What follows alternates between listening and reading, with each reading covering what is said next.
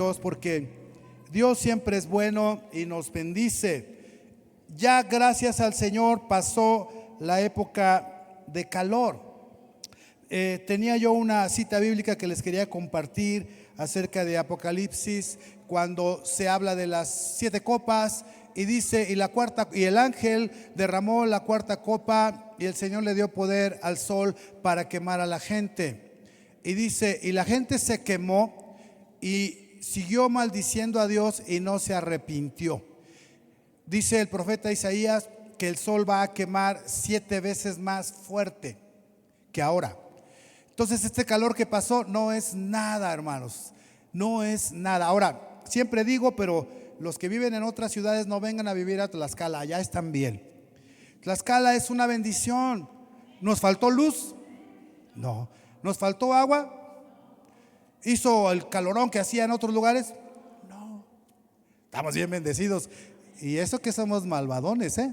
Gracias a Dios porque el Señor nos ama. Dios ama a los tlaxcaltecas y a los chilangos. Van a ver, ¿eh? Vamos a Marcos capítulo 5. Marcos capítulo 5.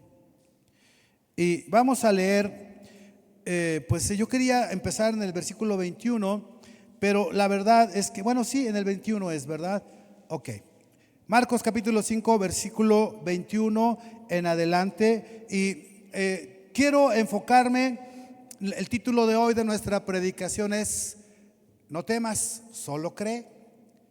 No temas, solo cree. Dile al que está a tu lado: no temas, solo cree.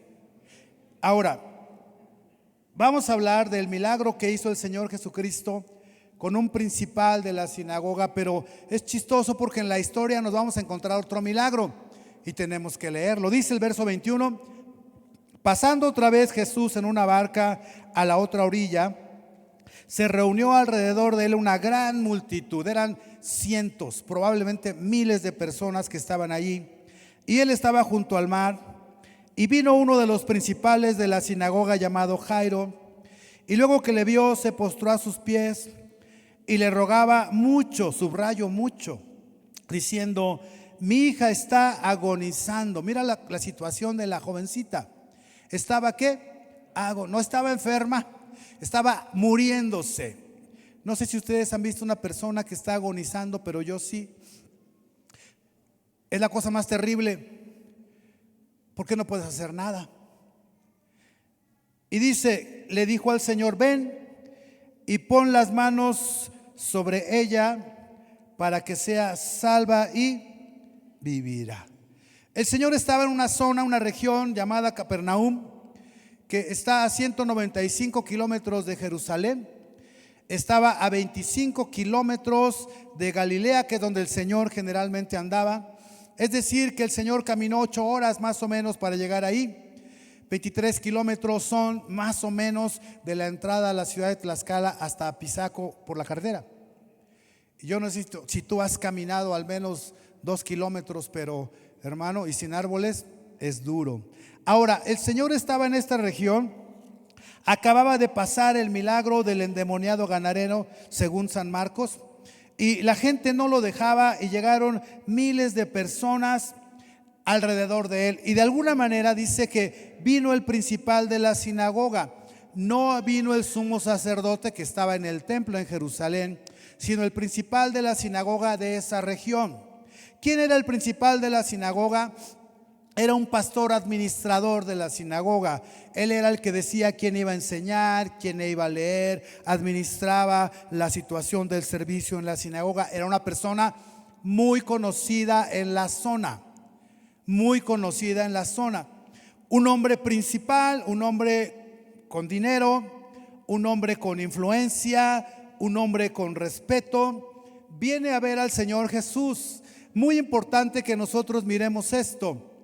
Hoy en día, y entonces también, pero hoy en día, el Señor Jesucristo es el profeta más influyente para los judíos y el más rechazado, porque Él trajo un mensaje distinto al que ellos recibían como enseñanza. Entonces en la sinagoga se enseñaba todo aquello que el Señor Jesucristo decía que ya no se debería hacer, no porque no tenía vigencia, sino porque tenía que cumplirse no de una manera religiosa, sino de una manera espiritual. Y entonces este principal estaba arriesgando su chamba al venir al Señor Jesucristo, y dice la Escritura que se humilló, que le rogaba mucho. Yo no sé, quizás has visto algo similar cuando tus hijos te dicen: ándale mamá, ándale, déjame ir, ándale, ándale, ándale. O cuando anda ahí alguien rogándote: ándale, ándale, ándale. Pero rogarle mucho a alguien, hay que ser humildes para rogarle mucho a alguien. Yo le digo a mi esposa: yo te quiero mucho, pero habrá quien te quiera, pero no quien te ruegue. Es interesante porque este hombre tenía una hija. ¿Dios no le podría escuchar a él en la sinagoga? Sí. Pero vino el Hijo de Dios hecho hombre, y él estaba demostrando con milagros y prodigios y cosas sobrenaturales que nunca habían pasado. Y entonces él entendió que había una solución para la vida de su hija. La solución estaba en Cristo. Siempre habrá solución para tu situación, pero toda solución debes buscarla a través del Señor Jesucristo. Él dijo: todo lo que me pidan en el nombre del Padre, creyendo, yo lo haré, para que el Padre sea glorificado en el Hijo. Si tú necesitas algo que le va a dar la gloria a Dios, se lo pides al Señor. Eres una persona que camina en humildad delante del Señor, ten seguro que lo vas a recibir. Eres una persona orgullosa, una persona que nada más buscas a Dios cuando te conviene. Bueno, tengo mis reservas. Ahora, ¿cuál es la característica de este varón? Él quería que el Señor fuera, pusiera sus manos sobre ella, y él dice: para que sea salva y vivirá. La Biblia menciona a menudo la palabra salvo como ser sano.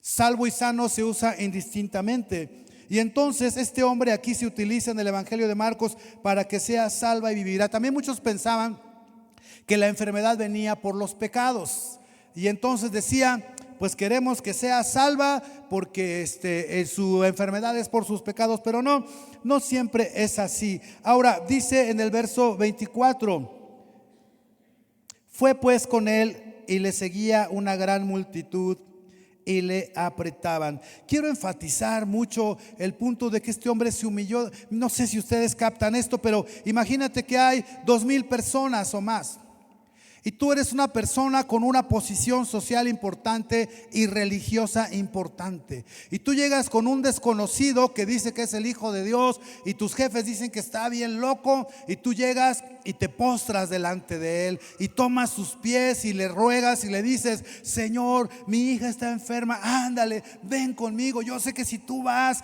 a poner tus manos sobre ella y ella va a sanar.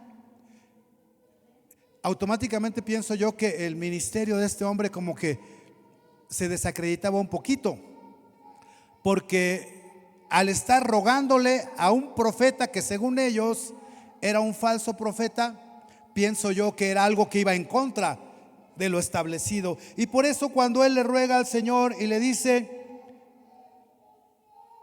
dejen al niño, ¿por qué lo están pellizcando? A ver, enséñenmelo, quiero abrazarlo. Ya lo vi. Ya, gracias. Es que lo están pellizcando, ¿verdad? Mira el verso 24. Fue pues con él, el Señor fue con él, y le seguía una gran multitud y le apretaban. Ahora que hemos visto que hubo estampida en el estadio fulano y murieron un montón de gentes, eso pasa muchas veces cuando hay muchas personas. Recuerdo que hace muchos años, como 12 yo creo, vino el presidente a Tlaxcala. Estaba en campaña y mi hijo Rich, el pastor Rich, estaba chavito y lo quería conocer. Pues vamos, hijo, te llevo que lo conozcas. Pasaron dos cosas: me apretujaron todo y me volaron mi dinero que traía en la bolsa. El cuate que metió su mano aquí se rayó porque sí traía yo algunos como no sé si 3, 4 mil pesos, que era lo del mi salario de aquel tiempo, no de la iglesia, todavía no era yo pastor. Y y yo sé lo que es que te aprieten, hermano, nomás tienes que cooperar, soltarte. Porque no te puedes ni caer, no puedes ni respirar. Y entonces dice la escritura que le apretaban una gran multitud. Y entonces nos encontramos un milagro que no es del que yo les quiero hablar realmente, pero tengo que verlo. Y dice: pero una mujer que desde hacía 12 años padecía de flujo de sangre y había sufrido mucho de muchos médicos y gastado todo lo que tenía, y nada le había aprovechado, antes le iba peor. Cuando oyó hablar de Jesús, vino por detrás entre la multitud, tocó su manto, porque decía: si tocare tan solamente su manto, seré salva. Dios utiliza cosas diferentes, porque esto no es una doctrina, Hay personas que porque el manto del apóstol lo llevaron y sanó. Y yo he conocido, he estado en iglesias donde cortan pequeños trapitos y oran por ellos, toda la iglesia, y dicen: llévelo, es muy milagroso, aquí está la unción del Señor. Bueno, ellos así lo consideran. La Biblia no enseña que eso sea una doctrina. Si el Señor te lo revela, amén, pero no es una doctrina. Entonces, esta mujer pensó: quizá no me va a ver, quizá él no va a quererse acercar a mí, porque esta mujer sabía, y ahora sabemos, que las mujeres que tenían flujo de sangre o que estaban en los días de las mujeres se consideraban impuras. Y si ella tocaba a alguien, ese alguien también era impuro. Y si alguien sabía que ella estaba con este problema y andaba entre la multitud, lo más seguro es que le iba a costar la libertad, si no es que la vida. Entonces la mujer, en silencio, teniendo una fe sobrenatural en que si tan solo podía tocar el manto del Señor, sería sana. En ese tiempo se usaba un manto con 4 esquinas, con un pequeño adorno en cada esquina. Y quiero pensar que ella tocó una de esas esquinas, confiando: si tan solo puedo tocar el borde, no su hombro, no su cintura, no su pie, para que no se dé cuenta, sino si tan solo puedo tocar el borde de su manto, seré ¿qué? Sana. Interesante, porque dice que era una mujer que fue rica, había perdido todo con los médicos. Si tú, hermano, tienes una enfermedad, no tienes dinero, tienes fe, ven a Cristo, Él te va a sanar. Lo va a hacer.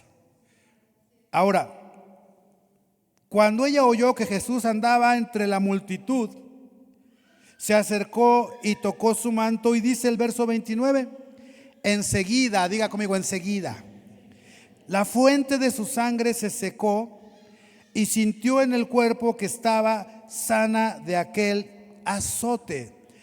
A veces el Señor nos sana de inmediato, a veces lleva su tiempo. Es más, recordemos cuando el Señor escupió en el suelo, hizo lodo y lo untó en el ojo de aquel varón, y fue sano. El Señor tiene muchos métodos para sanarte. Si el Señor quiere sanarte hoy, de inmediato lo va a hacer. Si Él va a probar tu fe, porque el Señor conoce tu fe, pero Él prueba nuestros corazones para que nosotros nos demos cuenta si realmente somos gente de fe y le demos la gloria a Dios. Y esta mujer, dice la palabra, que de inmediato ella sintió que era sana. Pero pasa algo todavía más poderoso y más sobrenatural. Ella dice: enseguida la fuente de su sangre se secó. Mira, ahí te va una enseñanza. Cuando ores por un enfermo en tu casa, pon tus manos sobre el enfermo y no reprendas el síntoma. Señor, quita el dolor de cabeza de mi hijo, sánalo. No, Señor, quita el origen de esta enfermedad. El dolor de cabeza no es un síntoma. Hay algo peor, puede ser el corazón, puede ser ¿cómo se llama? La sangre que circula puede ser la presión, puede ser muchas cosas. Tú no lo sabes, pero Dios lo sabe. Entonces, no reprendemos, Señor, reprendo todo espíritu de dolor de cabeza. Eso no existe. Todo espíritu de enfermedad que está en este cuerpo. Ahora, hay diferentes tipos de enfermedades. Las enfermedades por maldad, las de satanismo, las de brujería. Hay enfermedades naturales por el desgaste y hay enfermedades emocionales. Te despiertas en la mañana y no quieres ir a trabajar y dices, me siento mal. Tu mente escucha, se siente mal. Neuronas, células, dice que se siente mal y todas se van a sentir mal. Entonces, sin importar esto, Dios tiene poder para sanar cualquier enfermedad, sea el origen de donde sea. Y esta mujer sintió de inmediato, pero lo más importante, increíble, es que el Señor Jesús dice, conociendo en sí mismo el poder que había salido de él, volviéndose a la multitud, dijo: ¿quién ha tocado mis vestidos? Me metieron la mano en la bolsa y no sentí. Al Señor tocaron el borde de su manto y sintió. Porque Él no se puede comparar con ninguno de nosotros. Él es el Hijo de Dios, el enviado a morir en la cruz por nosotros, el que venció a la muerte en la cruz del Calvario. Por eso la muerte no tiene poder, amados. Pero él sintió porque, amado, él tenía una condición, buscaba al Padre todos los días, oraba de madrugada. Hemos calculado que el Señor dormía 4 horas porque estaba orando y ministrando y caminando. Pero él se da cuenta, él siente en su espíritu que algo pasó. No es algo como carnal, sino él sintió en su espíritu y dijo: ¿quién ha tocado mis vestidos? Imagínate decirle a 3,000 personas, 2,000, alguien me ha tocado mis vestidos. Ay, Señor. Es la reacción de los discípulos. Sus discípulos le dijeron: Señor, ves que la multitud te aprieta y dices: ¿quién me ha tocado? Pues todos, Señor. Pero solamente una persona le había tocado con fe, esta mujer. Pero él miraba alrededor para ver quién había hecho esto. Ahora la pregunta es, ¿no sabría el Señor quién le había tocado? Sí. Pero él quería demostrarle a todos: algo acaba de pasar, un milagro acaba de ocurrir. Alguien ha tenido fe y me ha tocado y ha sido sana. El Señor lo conoce todo. Él conoce tu corazón. Es más, el Señor sabe si estás aquí buscándole de corazón o estás aquí en calidad del doctor Simi, es decir, de botarga. Antes yo decía: voy a hacer lentes así con ojitos abiertos y se los voy a dar a los que se duermen. Así, aunque estén dormidos, se va a ver sus ojitos como que están abiertos. Ahora, verso 32. Pero él miraba alrededor para quien había hecho esto. Y entonces la mujer, temiendo y temblando, sabiendo lo que ella había sido hecho, vino y se postró delante de él y le dijo toda la verdad. Por eso sabemos que la mujer tenía años enferma. Por eso sabemos que ella había acudido a todos los médicos, que había gastado todo lo que tenía, que su esposo la había dejado porque no podían vivir juntos, que no tenía casa, no tenía familia, solo tenía una terrible enfermedad. Pero vino al médico de médicos, al que todo lo puede, para el que nada es imposible, y el Señor la sanó aún sin tocarla. ¿No es maravilloso el Señor? Si estuviera yo en la ciudad de San Cirinango de las Iguanas, estarían aplaudiendo, pero estoy aquí. Oh, Dios mío. Cuando yo veo milagros que el Señor hace, me siento tan contento, tan feliz y mi corazón se llena de júbilo. Y cuando yo leo esta historia, veo una mujer como muchas que están necesitando un milagro de parte del Señor y han acudido al hombre, han acudido al esposo, al mal padre, han acudido al jefe, mal jefe, han acudido al médico, peor médico, malo, que no sabe dónde está el norte ni el sur, y entonces dicen: no hay solución. Pero el Señor dice: nada es imposible para mí. Gloria a Dios. Ella, otra vez vemos otra característica de aquel que recibe lo que ha pedido. Dice que se humilló, se postró delante de él y entonces le dijo toda la verdad. Amados y amadas, nadie puede engañar a Dios. Lo he dicho, bueno, lo acabo de decir el viernes en la célula, lo digo todos los días. Nadie puede engañar a Dios. Nada es casualidad. Estás en escasez, puede ser por dos razones. Una, Dios está probando tu fe. Dos, eres una persona desleal, eres una persona inmoral, no estás siendo honesto. Dios no ayuda a los deshonestos. Y luego le decimos, Señor, ¿por qué no me conté? Señor, te estoy pidiendo, como si Él estuviera a tus órdenes. Él está atento a las necesidades de todos sus hijos, pero Él no está a tus órdenes. Tú estás a las órdenes del Señor. Y esta mujer le dice, Señor, la verdad es que yo te toqué. No debía haberlo hecho, porque mira, esta bola de mirones me hubieran apedreado, me hubieran arrastrado. Fíjense, una persona que tenía contacto con una mujer contaminada por sangre, automáticamente era impuro, tenía que alejarse, tenía que purificarse, tenía que lavarse y guardar unos días.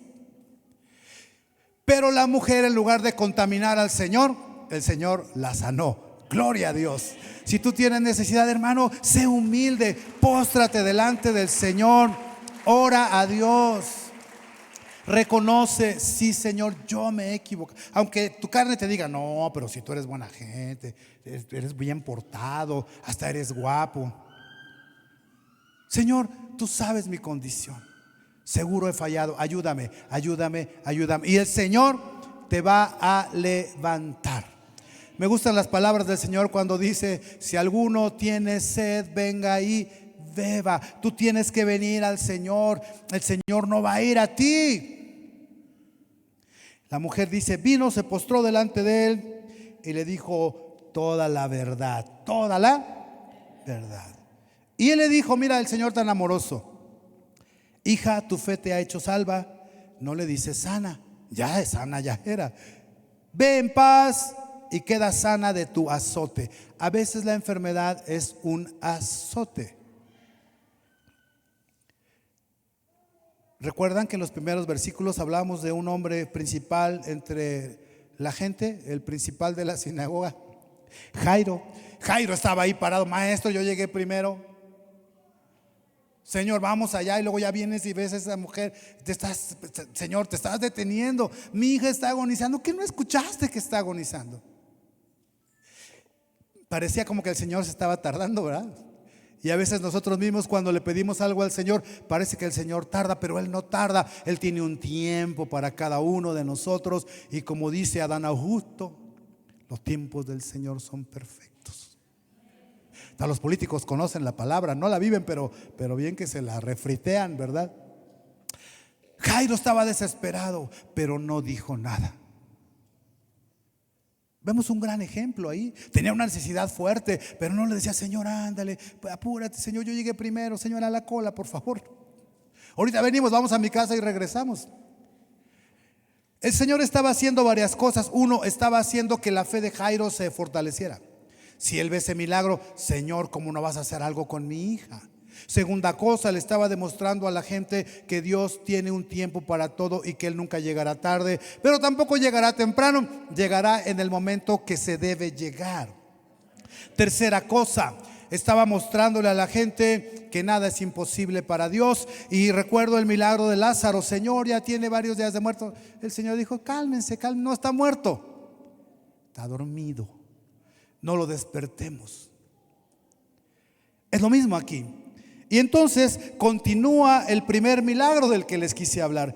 Mientras él aún hablaba, el Señor estaba hablando con la mujer, hija, vete, tu fe te ha... Y en eso llega alguien.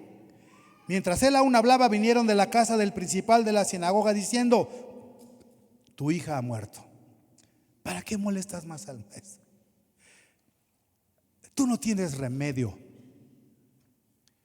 Genio y figura hasta la sepultura.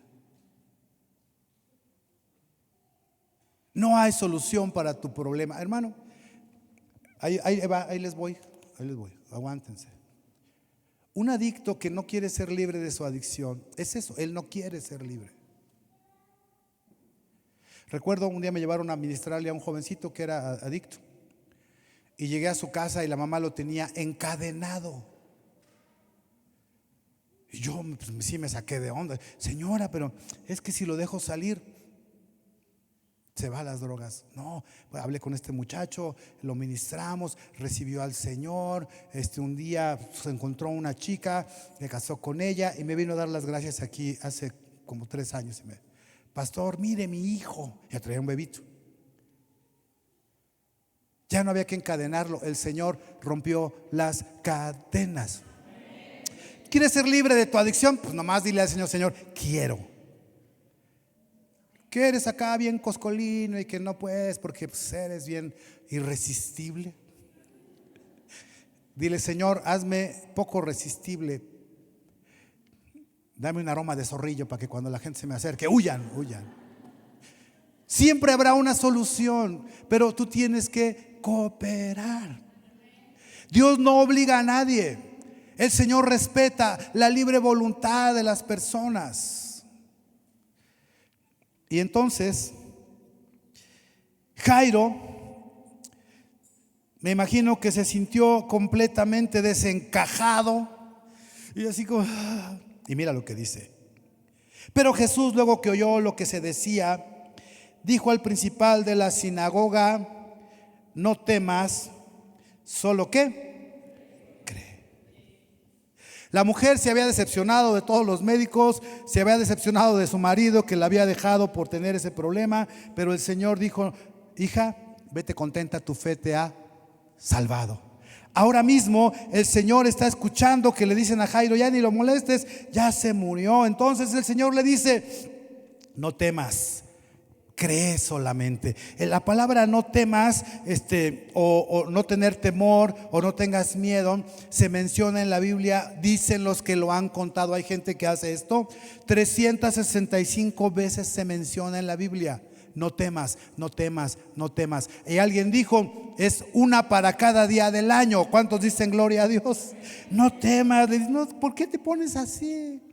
Me veniste a pedir a mí que yo lo hiciera porque crees que yo lo puedo hacer. No temas, es decir, ten fe, solamente cree, confía que yo puedo hacerlo.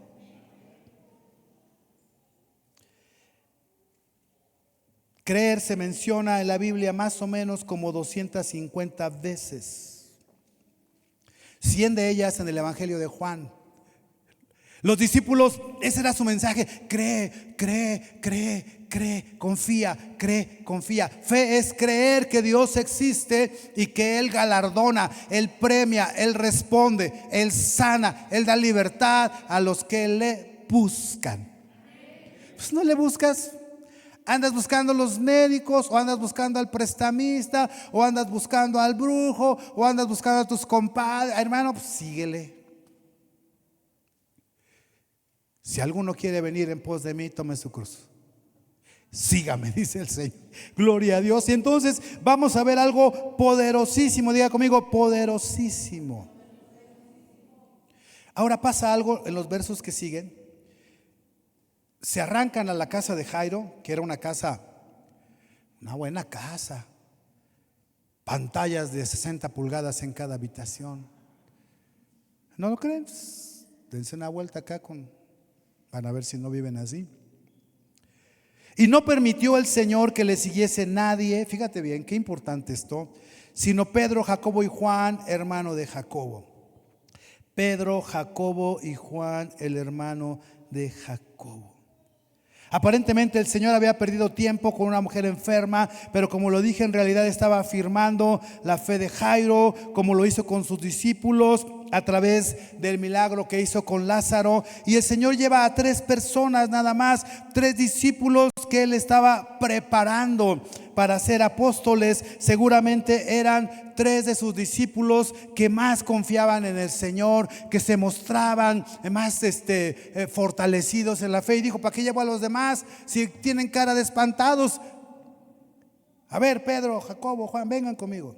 Ustedes no. Queremos ver, Señor.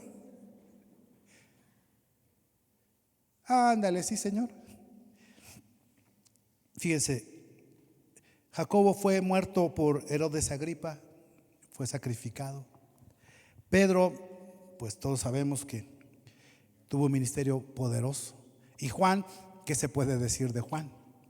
Ahora, ¿por qué el Señor escogió a estos tres? Él sabía que eran tres personas que iban a ver un milagro poderoso y después lo iban a enseñar a los demás y lo iban a platicar. Personas que tenían fe en el Señor, que Él era el Hijo de Dios.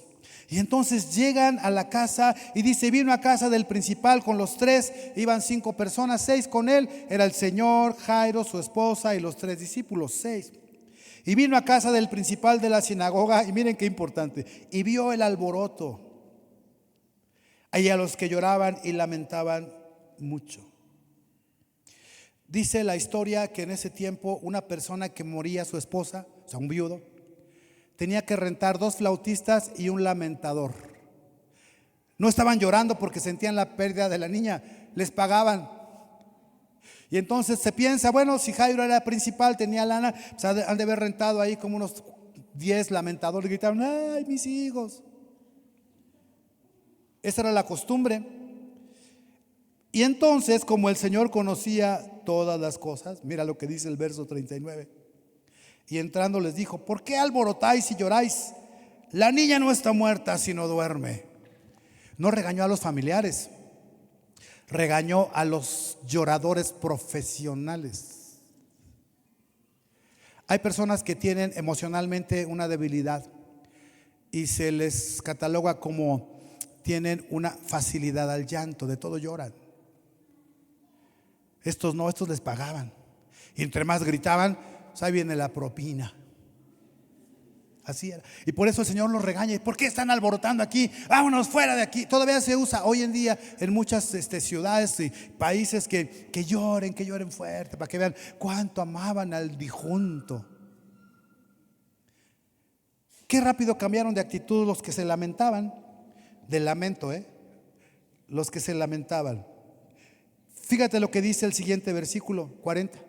De ser unos lloriqueadores, se burlaban de él. Dice que está viva. ¿Cómo si está bien muerta? Si ya la toqué, estaba bien fría. Porque no era como ahora que las habitaciones eran como separadas. Pues las casas se veía todo ahí. Y entonces alguien llegó y vio que la niña estaba muerta. Y ya saben que nunca falta quien: no, sí, ya lo fuiste a ver. Sí. ¿Y no se mueve? No. Entonces se burlaban: no, que dice que está viva. Acaba de decir este loco que la niña no está muerta, sino que está dormida. Se burlaban de él, mas él echando fuera a todos: sáquense de aquí, fuera de aquí. A mí como me encantaría hacer algo así, pero no puedo. Cuando llego a orar por un enfermo, ahí están todos ahí. Dios mío, me gustaría decir: sálganse, fúchila. Ay, qué difícil. Un día fui a orar por una persona, y Dios la sanó, No está Erika aquí, pero ella me llevó. Estaba la señora así toda bien mal, su pared toda llena de ya saben qué. Las personas, sus familiares ahí todos muy compungidos. Y créanme, yo tenía deseos de decirles: ¿saben qué? Sálganse. Me ven con mala vibra. Que lo ven a uno como que uno llega con los chamucos. Pues ahí están. Y oramos: Señor, en el nombre de Jesús, y reprendimos la enfermedad de los demonios que tenía esa señora. El Señor la levantó. Ahora, ¿cuál es lo que nos faltó? Que se conviertan realmente al Señor. Y por eso no me gusta ir a orar por personas así, que conozcan a Cristo, que se arrepientan, que le den la gloria a Dios. Pero tengo que ir porque soy el pastor, son familiares de ustedes, y ustedes no van a agarrar la onda si yo les digo: no voy hasta que no acepten a Cristo. Que van a decir: ay, el pastor no quiso ir, es un flojo, no visita a las personas, no quiere orar por los enfermos. No, sí quiero, pero quiero que se conviertan. Por eso dice: tu fe te ha salvado. Ahora vamos a entrar a lo más importante de todo es importante, pero esto para mí es lo que les quiero compartir esta mañana. Y entonces dice que se burlaban de él. Entonces tomó al papá, a la mamá de la niña y a los que estaban con él, y entró donde estaba la niña. Hermanos, claro, yo no soy el Señor Jesús, ni tú tampoco, Pero entrar a una habitación donde hay una persona que ha muerto y que está allí frente a ti es la cosa más impresionante cuando están junto a ti los padres. El esposo no tanto, como que luego los ve así como que dicen, bueno, ya le tocaba a mi esposa. Y en este momento los padres, puedes imaginarte su desesperación, su hija está muerta, ellos ya no quieren llorar porque el Señor reprendió a los lloriqueadores profesionales y él entra a la habitación y hace algo tan sencillo pero tan poderoso, y tomando la mano de la niña le dijo Talita Kumi, que traducido es, niña, a ti te digo, levántate. Esa es una palabra de fe y una palabra poderosa. La traducción correcta, porque habla en arameo, es niña, levántate. No dice niña, a ti te digo levántate, no, es niña, levántate.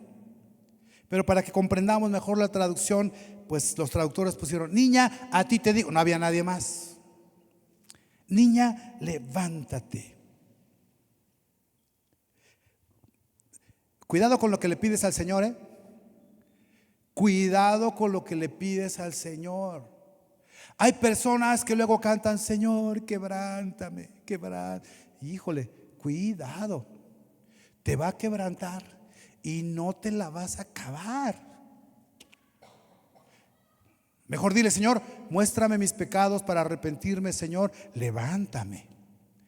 Porque el ser quebrantado es, pues, ser quebrado en el espíritu, ser agobiado, ser probado. Muchas personas que oran pues de una manera poco sabia dicen, Señor, quebrántame. No, Señor. Hay una canción, cantábamos antes, bueno, yo ese pedacito no lo cantaba. Quebrántame, como moldéame a tu imagen. No, Señor, no me quebrantes, yo solito coopero. Tú nomás dime rana y yo salto. Ahora, cuidado con lo que pedimos, porque dice, y luego la niña se levantó y andaba, pues tenía 12 años, y se espantaron, ¿qué? Grandemente, porque el Señor hizo algo que ellos querían, pero que pensaron que era imposible, y cuando el milagro ocurre, se asustan.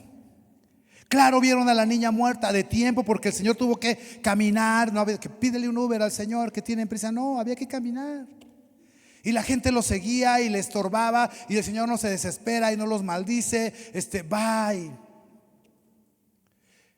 Mi amigo Alfonso Mora, que murió hace un poco de tiempo, entre las pláticas que teníamos me decía que cuando murió su papá, creo, su mamá, fue a ver al sacerdote ahí en San José y le dijo, padre, pues acaba de morir mi mamá, eran 7:30 de la noche, no se me olvida.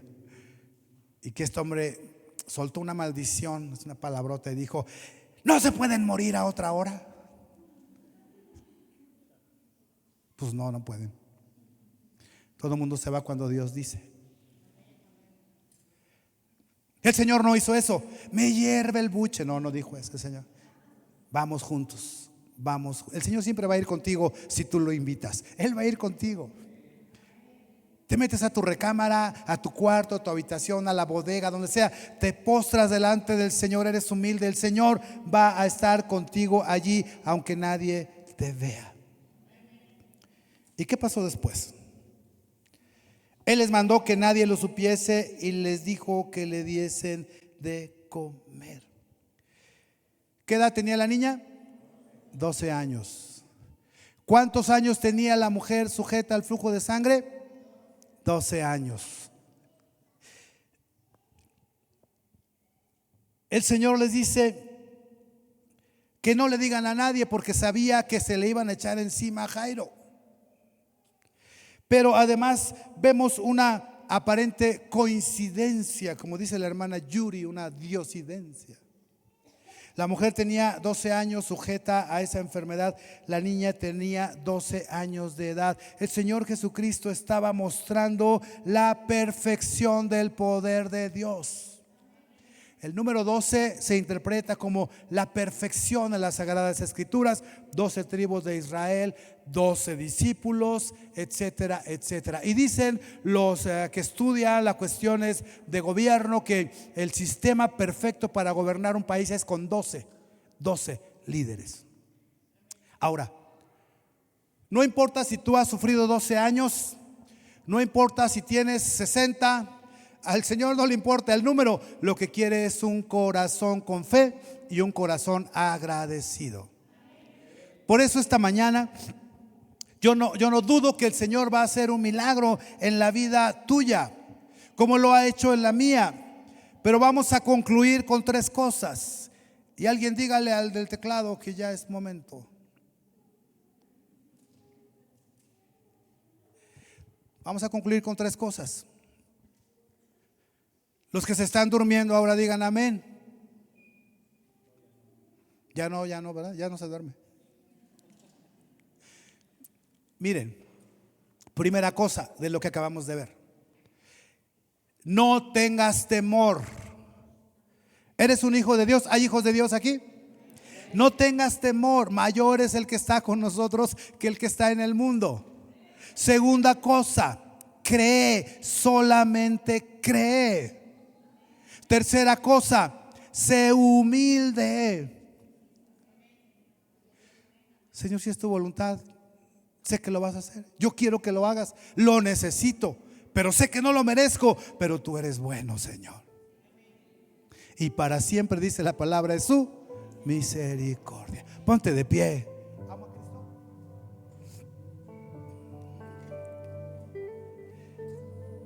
Si yo les pregunto cuántos aman a Cristo, todos me van a decir amén. Pero yo quiero que entiendas esta mañana que el Señor te ama más a ti que tú a Él. Y Él quiere bendecirte. Él quiere ¿qué? Bendecirte. Di conmigo: el Señor me quiere bendecir y yo necesito que Él me bendiga. Otra vez, el Señor me quiere bendecir y yo necesito que Él me bendiga. Levanta tus manos y puedes cantar conmigo. Di así: amo a Cristo, amo a Cristo, Él es mi Rey, mi Salvador. Amo a Cristo, amo a Cristo, Él es mi Rey, mi Salvador. Ahora quiero guiarte en una oración mientras adoramos. Dile: Señor, me pongo bajo tu autoridad. Tú eres mi Rey y mi Señor, y lo que tú digas se hará desde el cielo.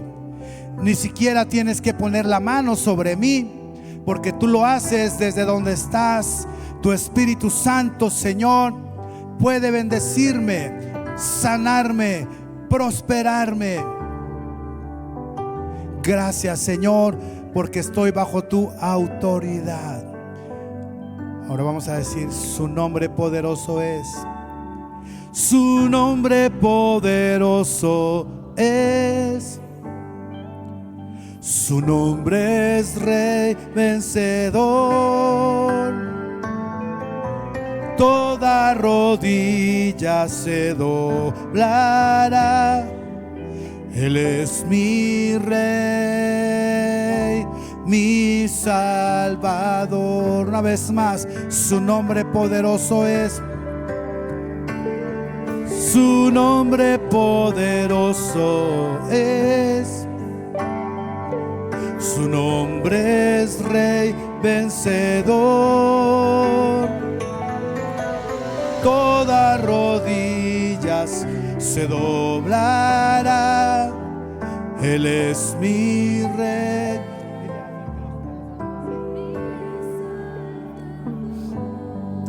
Ahora, ¿por qué es importante que cantemos esto? Estamos adorando el nombre del Señor. Y cuando tú adoras el nombre del Señor y reconoces que su nombre es poderoso sobre cualquier otro nombre, entonces puedes decir lo que ahora vamos a decir. Señor, diga conmigo: Señor, tu nombre es sobre todo nombre. Y yo declaro esta mañana con mi boca que creo. Todo temor se va fuera de mí en el nombre de Jesús. Y ahora recibo, diga conmigo: recibo mi sanidad, recibo mi libertad, recibo prosperidad, recibo lo que he pedido conforme a lo que creo vendrá en el nombre de Cristo Jesús. Amén.